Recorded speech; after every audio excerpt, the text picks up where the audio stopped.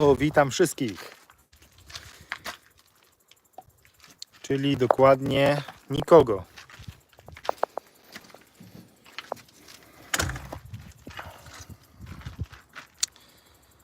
Czat.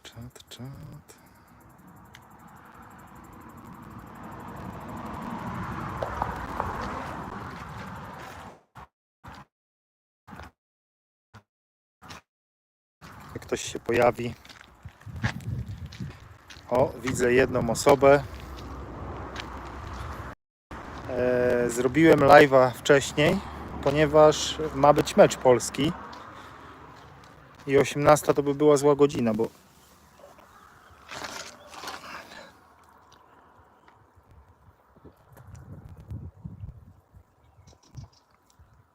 bo w Polsce jest 16.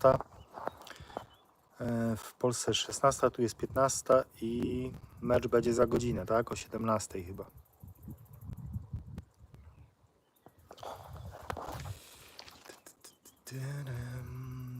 O, widzę, że przybyło 6 osób. 6 osób, witajcie.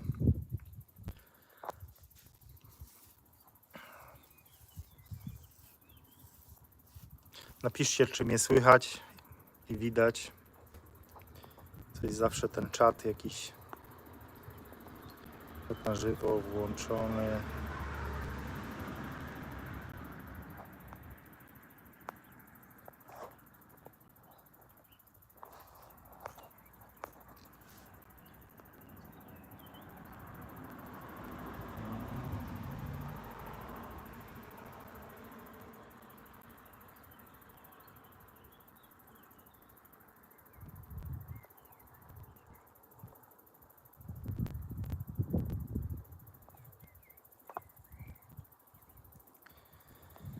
Halo, halo. Napiszcie, czy mnie słychać.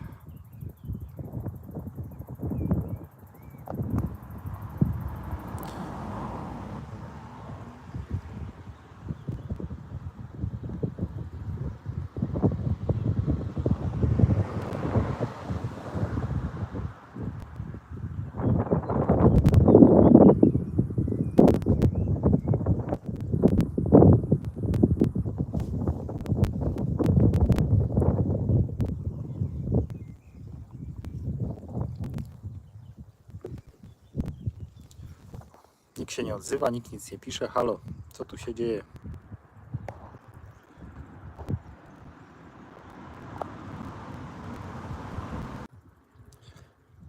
Cześć Filipie, siema. Zrobiłem wcześniej tego live'a, bo ma być mecz Polski i tak sobie pomyślałem, że wszyscy pewnie będą mecz oglądali. I zrobiłem po prostu tego live'a wcześniej. Widzę, że 12 osób jest. Pokażę Wam, co tu zbroiłem, czego jeszcze nie ma na odcinku. Pojawi się na odcinku w środę. I co, ile będzie? No będzie w sobotę i w środę będą odcinki. O. A to właśnie wytworzyłem. Są tu już prysznice na zewnątrz gotowe. Tak to wygląda. Tam jest wykopana taka wielka dziura, nasypane kamyczków. Zrobiony taki podest. I co, ile będzie w meczu? Ile będzie w meczu? O kurde. Z Francją.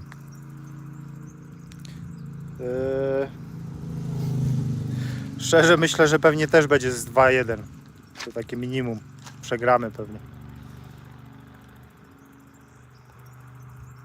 Jestem tu po prostu hojny.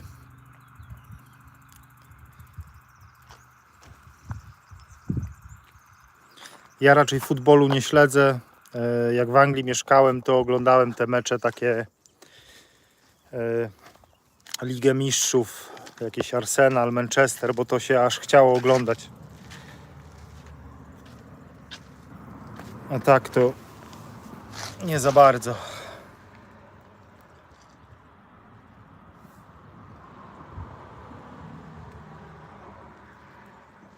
Także teraz następny odcinek będzie z budowy tych pryszniców, będzie w środę. I też pojawi się prawdopodobnie odcinek o moim wyjeździe w tygodniu teraz do Lizbony. Koło Lizbony, gdzieś tam, bo niestety muszę jechać z samochodem. Ten DPF przez chwilę działało po tym tam przeczyszczeniu, ale znowu wróciło to samo, znowu wyskoczył, kontrolka silnika wyskoczyła. No tutaj mi wołali 1000 euro za to, koło Lizbony 460 za to samo. Także jadę do tam właśnie koło Lizbony do garażu i oni to ogarną w ciągu jednego dnia. Jest tam jakieś 2,5 godziny jazdy.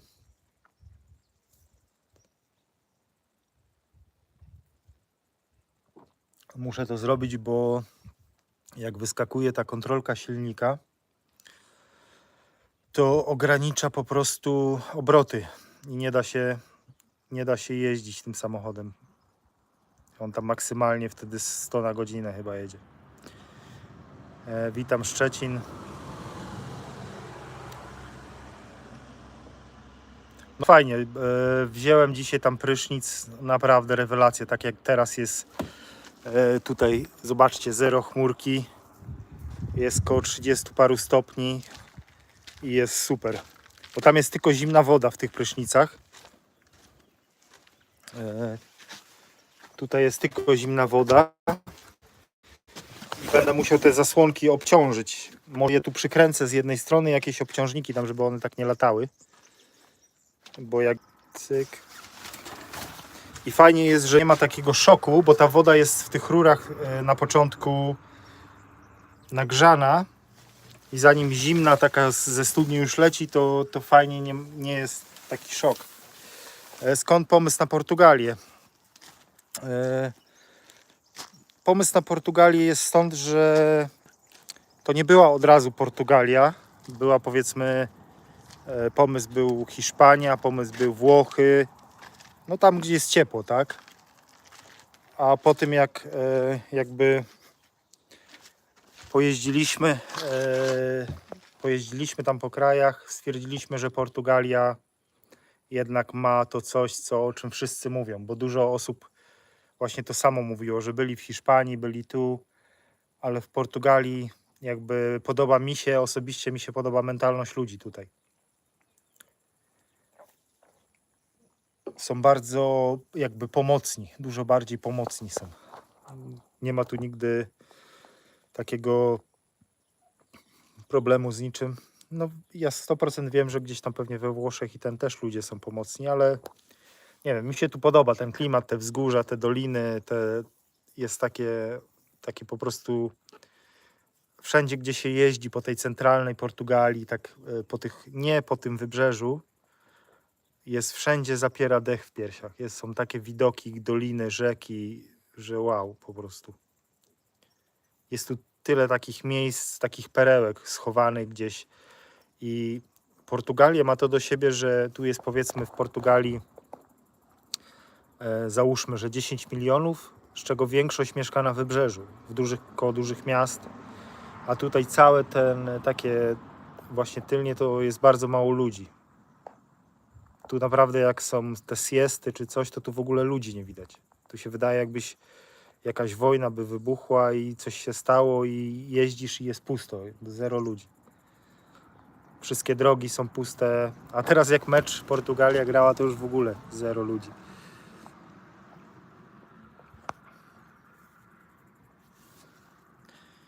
Także we wtorek będę miał wyprawę koło Lizbony. No to jest praktycznie obrzeże Lizbony. I mam tam być na 9. No samochód z tymi ograniczeniami pewnie wyjadę tak pewnie w nocy. O godzinie z 4-5 rano.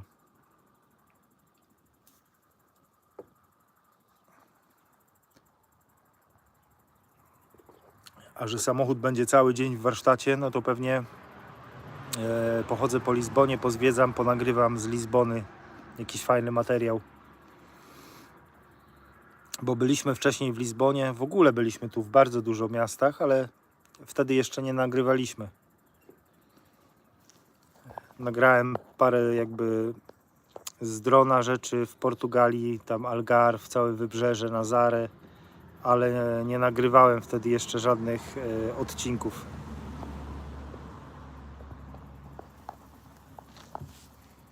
Jak będę miał samochód sprawny, na pewno też porobimy tak, że czasami pojedziemy gdzieś, nagramy jakieś fajne miejscówki z Portugalii.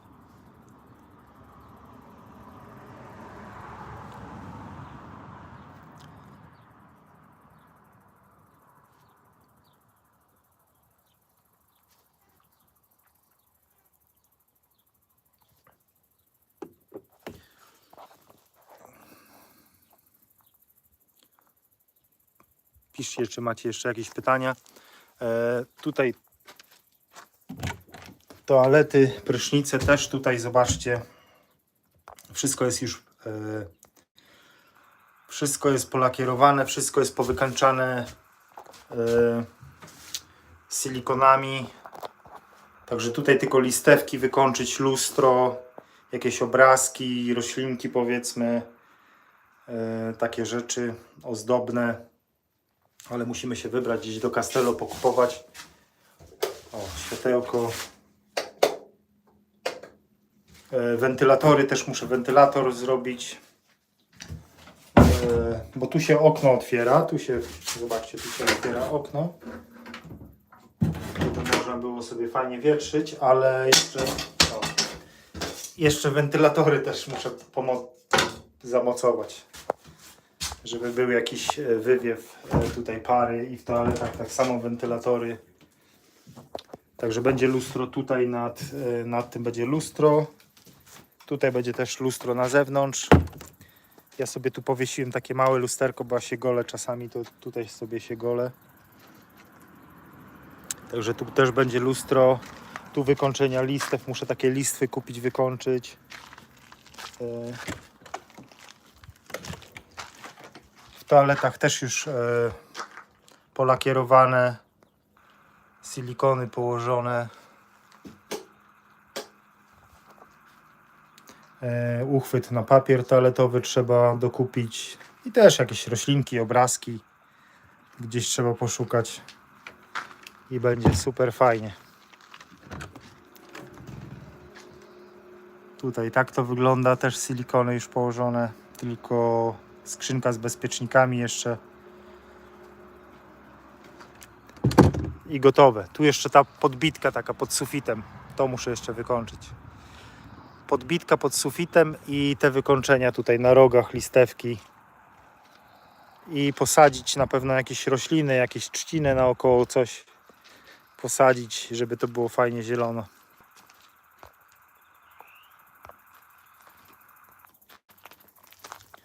Ale grzeje. I toalety, prysznice gotowe. Już ogłoszenie. Też ogłoszenie na Park Fortnite już daliśmy. Tylko czeka na zatwierdzenie przez administratora. Myślę, że w następnym tygodniu to już będzie działało. Także zobaczymy, czy przyjadą jakieś kampery do nas tu. Bardzo dużo ludzi tu przejeżdża, się patrzy. Bo widzą, że pewnie prysznice coś, ale na razie jeszcze nie ma żadnej informacji. To chyba mi się wydaje, że będzie zatwierdzone w tygodniu teraz. I powinniśmy mieć już pierwsze kampery. I też podłączyłem tutaj, tylko oczywiście nagrywałem i tu mi akurat okazało się, że bateria była wyczerpana, ale wykopałem tu poczekajcie, bo słońce świeci, nic nie widzę. Wykopałem tutaj od studni rurę i tu ona jest doprowadzona do drogi. Tu jest taka pokrywka. Odkręca się to. O, i tu można zlewać nieczystości, szarą wodę. To jest podłączone prosto do szamba. I tu jest zaraz przy drodze. Muszę tylko jakieś słupki postawić, żeby ktoś tego nie rozjechał. I tu sobie będzie można kamperem podjechać i wylać po prostu szarą wodę, wylać toaletę. Jest do spłukania, jest wąż do spłukania.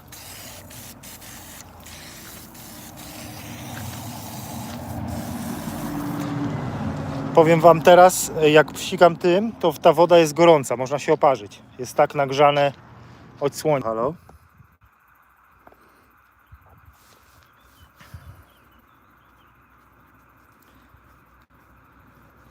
Gdzieś mi teraz czat znikł.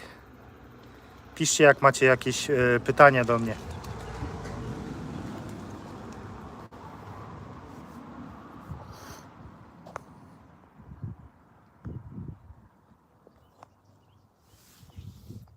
O, pojawiło się. Myślisz, że da się żyć z tego parkowania kamperów? To jest takie tylko dodatkowe jakby źródło dochodów. Na pewno się z tego nie da żyć, bo to będzie tam maksymalnie 5-6 kamperów. To nie jest jakaś wielka kamperownia, gdzie tu będzie po 30 kamperów. To jest po prostu 5-6 kamperów. Taki ekstra Spark for Night i powiedzmy to jest 10 euro za dobę. Także to nie są nie wiadomo jakie pieniądze.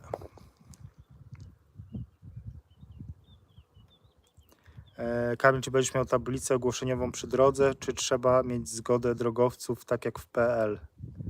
Nie, ja tu mogę na bramie sobie dać tablicę.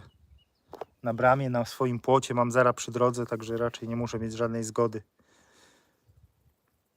Kiedy kury będziesz miał? Moja żona się pyta. Tak, kury, na pewno. Muszę zbudować. Kur nie mam dlatego, że już bym pewnie je dawno miał, ale jestem cały czas zajęty, jakby tutaj byłem zajęty tym budowaniem tego, a muszę zbudować na te kury po prostu klatkę. To tylko nas powstrzymuje przed tymi kurami. Praca z basenem, no jak mówię, skończyłem te prysznice teraz, no jeszcze tak właściwie ich nie skończyłem, te lekkie wykończenia. I następny pomysł właśnie to jest basen, żeby zająć się tym basenem, bo przychodzą naprawdę upały, idą. Tu już lipiec, sierpień to będzie strasznie gorąco, także ten basen koniecznie przydałoby się zrobić. A pomimo, tam się wydaje, że może to tylko trochę wyrównania i tego, ale to jest na 100% solidne, podejrzewam, z 2 tygodnie pracy przy tym basenie. Ale basen to jest na pewno jedna z rzeczy, które będą teraz musiały jakby pójść do przodu, bo zbliżają się upały. I tak wyjątkowo jak na Portugalię był tu dosyć zimny ten miesiąc, bo był upały, trochę było po 36 stopni, a teraz ostatni tydzień znowu padały deszcze, zimno było, takie to nietypowe tutaj dla Portugalczyków. Ale już czuć, że te upały wracają teraz z powrotem i raczej już do końca września tu będzie cały czas patelnia.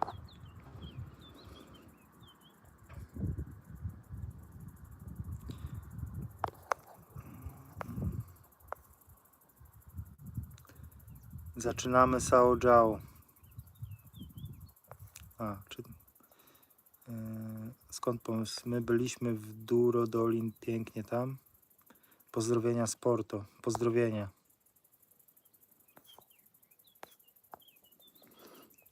Porto słyszałem, że bardzo fajne.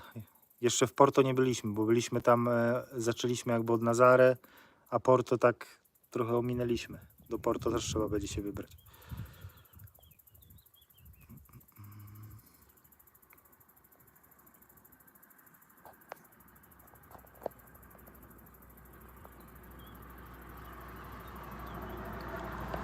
Ale najbardziej cieszy mnie, że jest ten prąd, jest ta woda już, prysznic działa, no i to jest taka wygoda, mówię wam.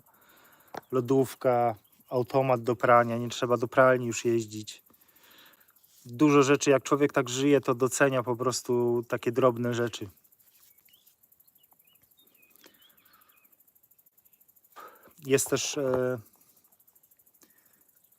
Jest też dodatkowy tutaj pomysł na jakby oprócz tych kamperów, tutaj będzie też rozmawiamy o tym z prawnikiem, pojawi się jakby taki grill tutaj.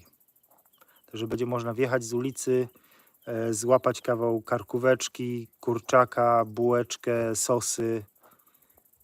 Także myślę, że tu jest idealne miejsce. Przy tylu motorach, co tu przejeżdża, tylu kamperach, tu jest idealne miejsce na takiego grilla. Także mamy pomysł na takiego grilla tutaj przy...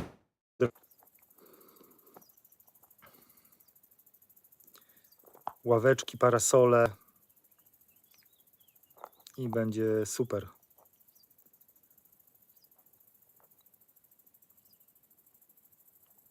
No, uważam, że bardzo dobry pomysł z tym grillem, bo tu Portugalia przypomina Polskę lat 90., a jakby w latach 90. te wszystkie grillownie, co się otworzyły, Kurza Stopka koło Bydgoszczy, Kampol koło Czuchowa, to wszystko rozkwitło w przeciągu tam 20 lat, to tu tego brakuje. Tu brakuje takiego właśnie, że jedziesz, stajesz, grilla sobie weźmiesz. Nic skomplikowanego. Kiełbasa, karkówka, szaszłyk. Żadnych wynalazków, nic, po prostu prosta rzecz. Kawał buły świeżej w rękę, sosy, piweczko zimne, napoje zimne i to wszystko. Pod jaką nazwą będzie twój zajazd? Na razie to się nazywa się to Quinta de Gapa, także tak chyba zostanie nazwa. A barbecue po prostu będzie jakieś barbecue, nazwa barbecue, coś tam i poszukamy jeszcze jak to nazwać, żeby było jakieś po portugalsku.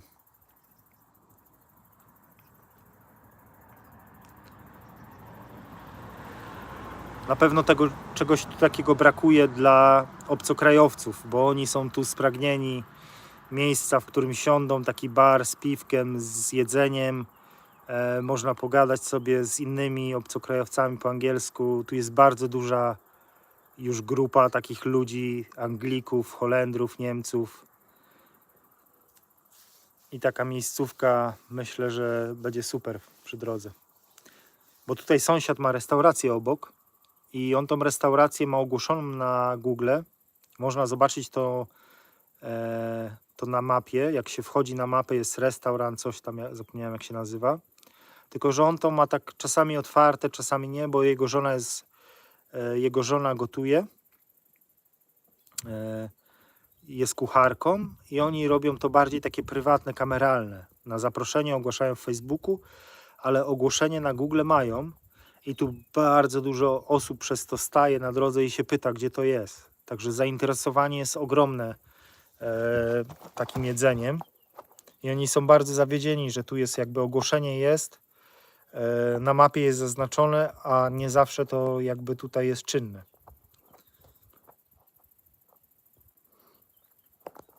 Także myślę, że takie tanie, dobre jedzenie, mówimy o maksymalnie 10 euro, tak? 10 euro maksymalnie, w zależności co tam, kiełbaska 5 euro, 7 euro, tak? Karkówka 10 euro, czy może 12 euro, coś takiego. Ceny takie typowo tu portugalskie, przystępne, że bierzesz kawałek mięsa z sosami, z bułeczką za 10-12 euro. Do tego kupujesz piwko. I tak samo piwko tu w sklepie euro 20, nawet w barze. Tutaj w barze u góry w Relwie koło Monsanto. I to jest bardzo turystyczne miejsce. Euro 20. Nie różni się to jakoś cenowo. Nie mają jakby tych cen, że 3 euro za piwo. Oni mają dalej euro 20 za piwo.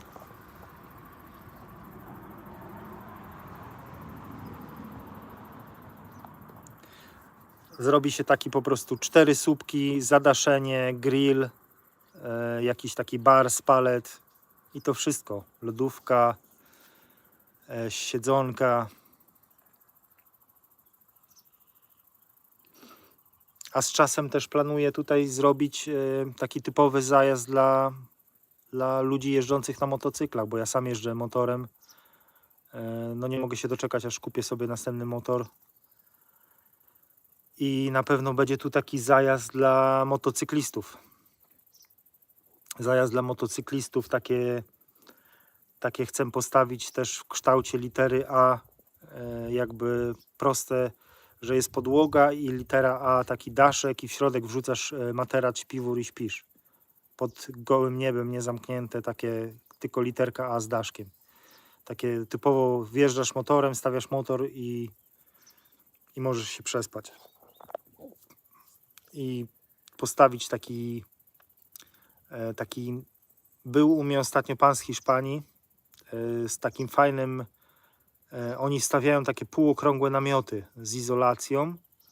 Taki namiot on pomieści ze 100 osób, bo to jest typowo pod maszyny rolnicze, pod takie rzeczy, ale też typowo na, powiedzmy, wiecie jak na wioskach robią dożynki czy coś i masz taki namiot z ławami, w środku trawka i taki namiot za 3-5 tysięcy euro pomieści ze 100 osób.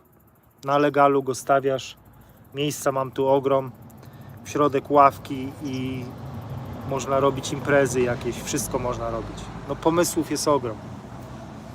Pomysłów jest naprawdę bardzo dużo tutaj. Tylko trzeba to wszystko powoli realizować. Krok po kroku. No ciężarówki tir nie. Chyba że z czasem przerobię tą bramę. Musiałby całą bramę przerobić, żeby można było bokiem jakby wjeżdżać. Jest taka możliwość tu, bo ten mur przy ulicy jest długi, ale mówię, to by musiał wyburzyć dosyć dużą część muru i zrobić po prostu taki, utwardzić, wjazd zrobić, a tak tutaj tirem nie ma gdzie stanąć, zablokowałby całą drogę. Nie ma nawet blisko tutaj parkingu nigdzie.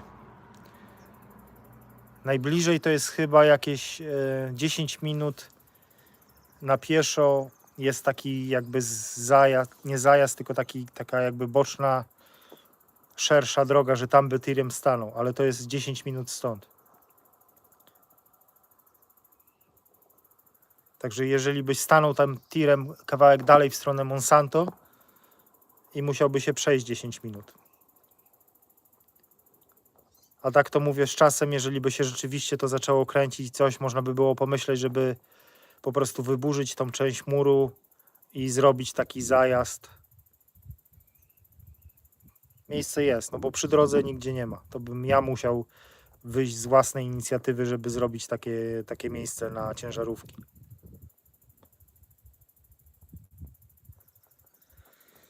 Ale to mówię, to wszystko trzeba zacząć powoli od czegoś tam, zacząć małymi krokami, zacząć od samochodów, od motorów, a później można myśleć o tirach. Zobaczymy, jak to się będzie kręciło. Bo jakby też, żeby wystąpić o pozwolenie, raczej nie będzie problemów żadnych z taką jakby małym grillem, ale jakby my czekamy teraz na to pozwolenie urban, czyli na zamieszkanie i dopiero jak dostaniemy to pozwolenie, możemy występować o pozwolenie na ten taki mały grill.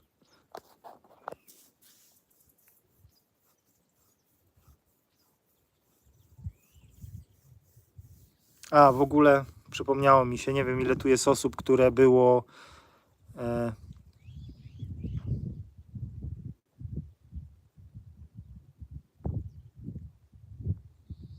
tak, samochodem tu spokojnie, bo wjeżdżasz w tą bramę i od razu jesteś jakby z drogi, ale brama będzie po prostu cały czas otwarta i samochodem spokojnie tu się wjeżdża. Ta brama jest dosyć szeroka, ja ją zrobiłem. Nie wiem ile osób oglądało w tamtym tygodniu na żywo, w niedzielę, ale mnie po prostu zbanowali. Dostałem blokadę za pokazanie broni śrutowej, bo nie można na transmisji na żywo nie można pokazywać nawet broni śrutowej, także dostałem za to ostrzeżenie i ten live został całkowicie zablokowany. Myślałem, że po prostu straciłem zasięg, a okazało się, że on po prostu dostał totalnego bana na ten film. Został całkowicie wykasowany. I napisałem do nich jakby takie odwołanie, ale odpisali mi, że zostały złamane zasady i że nie można po prostu pokazywać na żywo, nie można pokazywać broni. Pomimo, że tam jak wejdziecie, wiadomo, znajdziecie tysiące filmików z bronią. Także to jest trochę takie, no jest jak jest, takie są zasady Nie można pewnych zasad tutaj naruszać i tyle.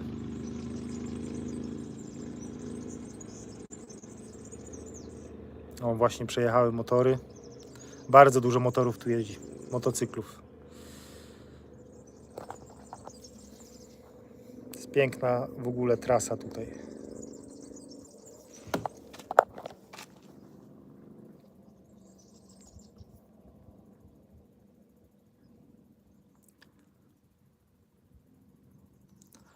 No właśnie, czyli teraz będzie po staremu. To znaczy, co będzie po staremu?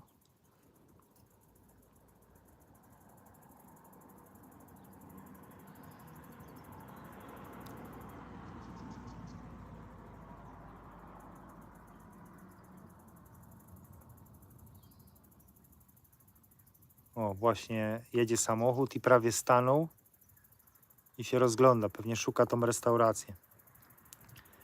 Pozdrowienia z Bydgoszczy. O, Bydgoszcz blisko Czuchowa. Godzinka drogi. No to właśnie jak jesteś z Bydgoszczy, to Kurzą Stopkę wiesz. To właśnie Kurza Stopka. Znane miejsce.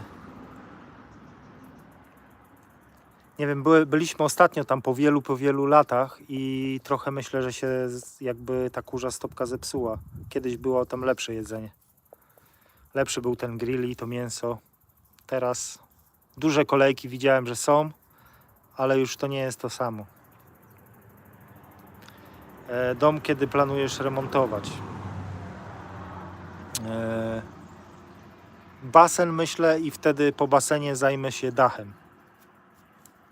A jak będzie dach, no to już można wtedy w środku spokojnie zacząć robić te ramy na ścianach, robić tą antresolę, tą taką sypialnię u góry. Mówię dom, a jeszcze zapomniałem o grillu, bo jeżeli grill wejdzie w międzyczasie, no to zajmę się grillem najpierw. Nam spokojnie nie przeszkadza, że mieszkamy tu na razie w tym karawanie. Spokojnie dajemy rady, czyli to nie jest jakieś obciążenie. A pamiętajcie, że tego się nauczyłem kiedyś. Kupony się odcina, jak to mówi Dawid Dowbusz. Kupony się odcina, jak już się zaczyna biznes mieć i zarabiać. Bo ja już bym mógł spokojnie, zamiast robić tych toalet, drogi i wszystkiego, mógłbym zająć się domem, tak? Ten dom już by mógł być zrobiony. Ale co by mi dał ten dom? Nie przyniósłby mi pieniędzy, tak? Cieszyłbym się, że tylko jest zrobiony. Jaka jest powierzchnia tego domu? 50 metrów to jest gdzieś.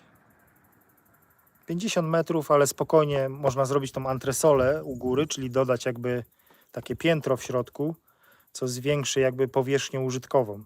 Że na dole będzie kuchnia z łazienką, z prysznicem i wielki taki salon z tą kuchnią połączony i kominek, a u góry będzie taka wielka sypialnia, podłoga z sypialnią. I dla nas to starczy, a jakby dla gości zrobimy osobno na końcu tam ziemi, zrobimy jakieś domki, coś, to będzie jakby dla gości, dla naszych synów, dla rodziny. Dlatego domek dla nas dwójki spokojnie wystarczy. Pozdrowienia z Irlandii, pozdrawiam Irlandię.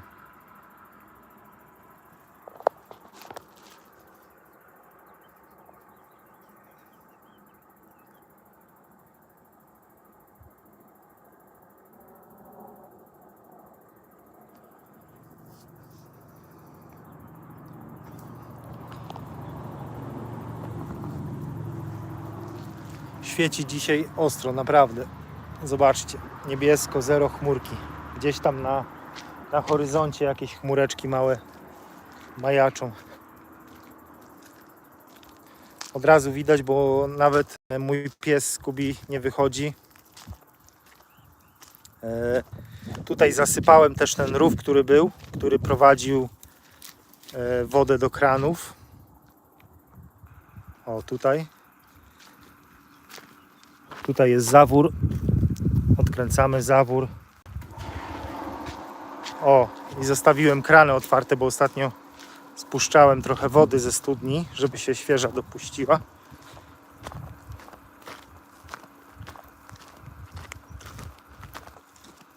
Dobrze, że sprawdziłem, muszę je zakręcić.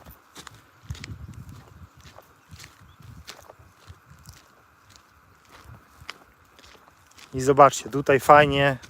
Tam do końca, bo rozwinąłem, ten wąż miał 100 metrów, czyli tam do końca samego jest 100 metrów węża. O.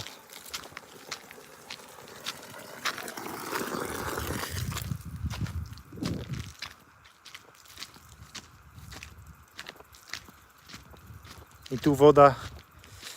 Poczekajcie, bo nie widzę czatu, nie mogę nic pisać, bo słońce mi ślepie.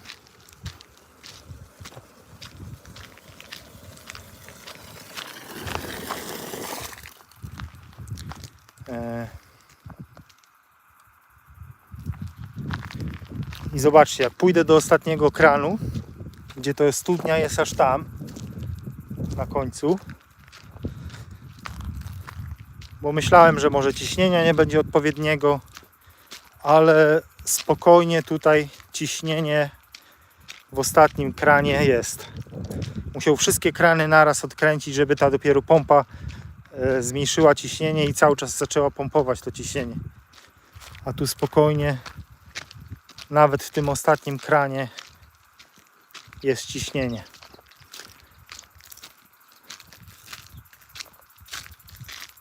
O. Zobaczcie.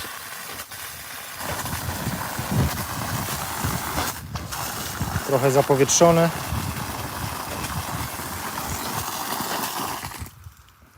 Ale ciśnienie jest ogromne. O, i tu jest super miejscówka. Pod tymi drzewami jest przepięknie, naprawdę. Muszę przyciąć te gałęzie trochę, żeby jak tu kamperem wiedzie, żeby nie zahaczył. Ale tutaj jest miejscówka na zrobienie takiej wiaty. Na samym końcu tu jest ten placyk. I tutaj zrobię taką wiatę do posiedzenia, bo tu jest ładny widok na całe Monsanto, tu na te wszystkie wzgórza, z daleka od drogi.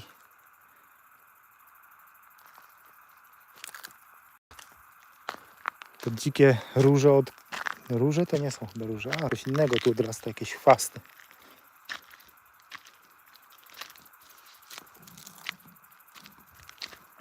Ok, piszcie, czy macie jeszcze jakieś pytania, bo powoli będę kończył ten czat.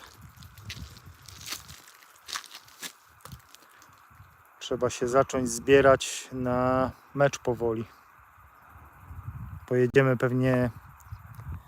Pojedziemy pewnie do Relwy na mecz, do baru. Jak ona znosi ten projekt? Masz wsparcie, czy się poddaje, bo gorąco i dużo przed wami. Jeśli nie chcesz, nie mów. Nie ma problemów. Są po prostu, ja już o tym wcześniej mówiłem, są pewne przyczyny, że na razie mojej żony nie ma, ale w przyszłości na pewno się pojawi.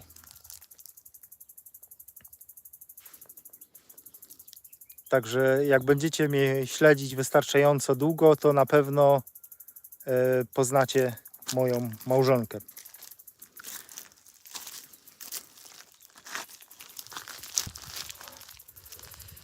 Także zapraszam wszystkich do tych, którzy jeszcze nie subskrybują. Subskrybujcie, oglądajcie, lajkujcie, bo jakby no przyczyniacie się do wsparcia. Przez subskrypcję po prostu wspieracie to, co tutaj robimy. A no jest to tak naprawdę, jak widzicie, jest to taka studnia bez dna na razie. Aż jak myślę w październiku, ile tu trzeba będzie posadzić drzewek. No bo chcemy trochę drzewek posadzić, żeby to się ładnie zazieleniło, żeby oliwki były, cytrusy były, pomarańcze. No niestety ktoś to kiedyś tutaj wyciął, bo Unia Europejska zapłaciła za jakby wycięcie tutaj wszystkiego, wykarczowanie. Ktoś brał tutaj pieniądze za to, żeby niczego nie było, bo tu kiedyś były winnice. Winnice były winorośla, wino tutaj robili. I jeszcze z tego, co mi powiedział Portugalczyk, że na pewno nie muszę się martwić tutaj o wodę jakąś podskórną, jakbym chciał, czy tam w tych studniach moich, bo kiedyś podobno były tu rzymskie łaźnie. Taka wiadomość mnie tu doszła, że tu właśnie na tym terenie były rzymskie łaźnie.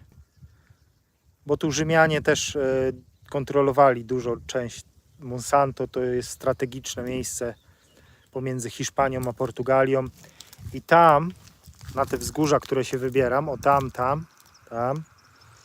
tam u góry widać takie ruiny jakby domków i podobno tam była kiedyś za czasów Rzymian jakieś osady, wioski były. I także tam się wybieram na pewno. Jak tam sprawa z Urzędem Miasta? No z tym Urzędem Miasta wczoraj nawet widziałem tego urzędnika, który tutaj przyjechał i ze mną rozmawiał, bo widziałem jak przyjeżdżał, później ja pojechałem do Monsanto, do sklepu, do Relwy, tam tutaj koło tej wioski i on tam był, tak jakby jak odjeżdżałem, jakby chciał mi zajść drogę i nie wiem, tak przeszedł się, patrzył na mnie, nie wiem czy chciał zagadać, ale rozmawiałem z prawniczką i powiedziała, że napisała do nich, nic się nie odezwali, jest cisza. Także po prostu myślę, że po prostu nie wiedzą chyba, nie mają żadnej podstawy prawnej, żeby cokolwiek pewnie jej odpowiedzieć. To może takim biletem wstępu do Was będzie drzewko, jakby tak każdy roślinkę, no jak najbardziej. Zapraszam, jeżeli ktoś z drzewkiem chce wpaść, to każde drzewko się przyda.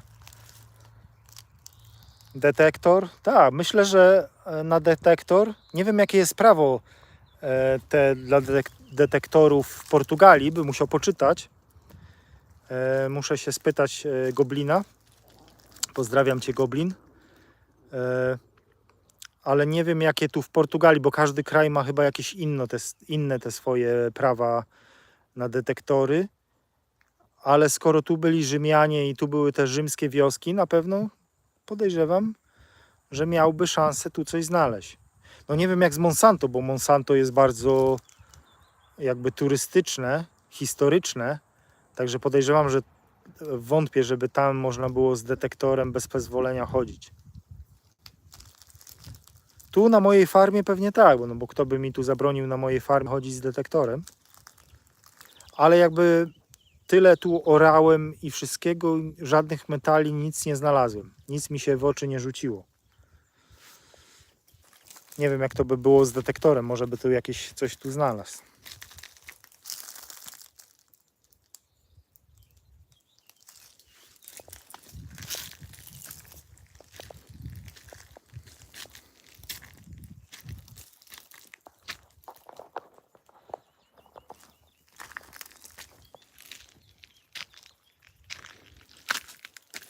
Dobra, napiszcie na czacie, jaki wynik obstawiacie. Właśnie, dobrego meczyku. Napiszcie wszyscy, co myślicie o wyniku. Czy macie jakieś pozytywne jeszcze odczucia, czy już po prostu totalna załamka. Ja tam wspieram do końca. No, mam nadzieję, że wygramy ten mecz jeszcze. Dobrze trzeba do tego podejść. Każda drużyna jest do ogarnięcia. Nawet Francja. Żebyśmy chociaż 1-0 wygrali. 1-0 już bym był zadowolony.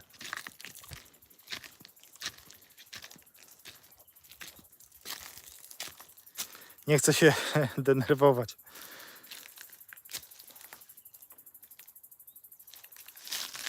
Niby, nie wiem czy to prawda, powiedzcie, że niby jakieś tam szanse jeszcze mamy na przejście dalej. 2-1. 2-1, mam nadzieję, że to 2-1 dla Polski będzie.